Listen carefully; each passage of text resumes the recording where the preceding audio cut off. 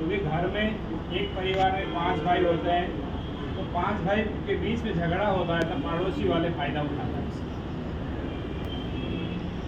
क्योंकि इन लोगों को पहले से मालूम है कि सनातन धर्म के अंदर अनेक संप्रदाय है। अगर इसमें हम लोग विभाजन लाएंगे तो ये लोग का जो शक्ति कमजोर हो जाएगी, इन लोगों को पता है।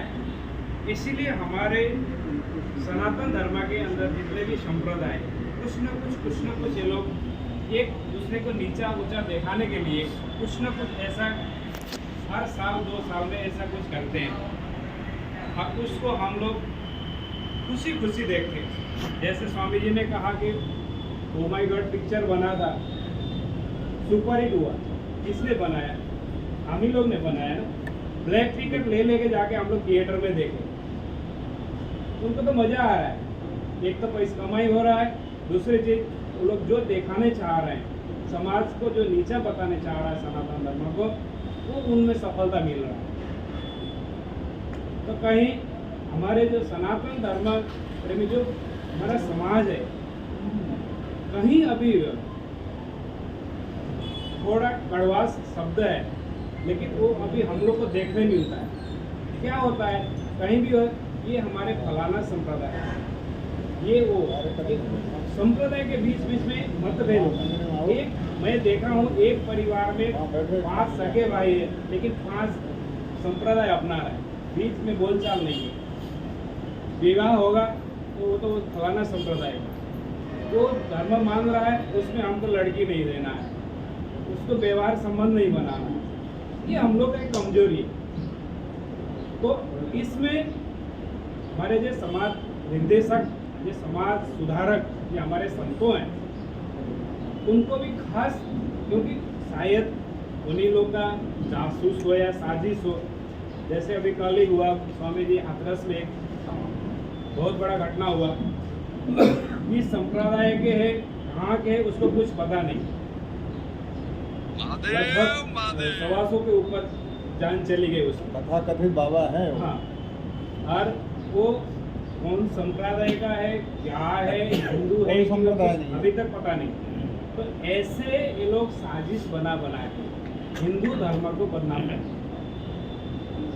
इसके लिए पहले हम सनातन धर्म, हिंदुस्तान में रहते हैं, हम लोग का पहला धर्म है सनातन, उसके बाद हमारा संप्रदाय। क्योंकि हमारा सनातन एक पेड़ का थर्ड जो जड़ होता है, वो हमारा सनातन है। जो जब तक जड़ मजबूत नहीं होएगा तब तक डाल की मजबूत नहीं होगी। अगर जड़ में खातर पानी नहीं मिलेगा तो डाल की अपने आप सूख जाएगी। तो सनातन धर्म को मजबूत करने के लिए एक बार हम लोग सब संप्रदाय सब एक भूल जाए कि हम लोग हिंदू हैं, हमारा धर्म कर्तव्य है सनातन को जागरूक करना, इसको सुरक्षित करना। दूसरी चीज हम लोग ये कहते हैं कि हम लोग तो 84% हिंदू हैं, खाली 14% ये लोग हैं। तो उस विचार में हम लोग बैठे हैं कि हम लोग को कौन बिगाड़ सकता है। ये हम में हम लोग बैठे सोचते हैं कि हम लोग अगर जागरूक हो जाएंगे, एक हो जाएंगे, तो वो तो ऐसा ही मिट जाएगा। लेकिन कब होंगे, प्लान बनाते बनाते कब होंगे हम लोग? तो ये राह देखने की तो अभी समय नहीं है। हम लोग जैसे एक 5 हाथ में 5 अंगुली है, एक अंगुली से अगर मारेंगे तो उसको कुछ नहीं होगा, चोट नहीं लगेगा। अगर मुक्का मारेंगे तो उसको चोट लगेगा, उससे अगर 2 हाथ मिला के मारेंगे तो वो गिर पड़ेगा। अब हम लोग को मुक्का नहीं, 2 हाथ से मुट्ठी प्रहार करना है। तो सनातन धर्म का ताकत क्या है, पावर क्या है, तो अब बताना जरूरी है।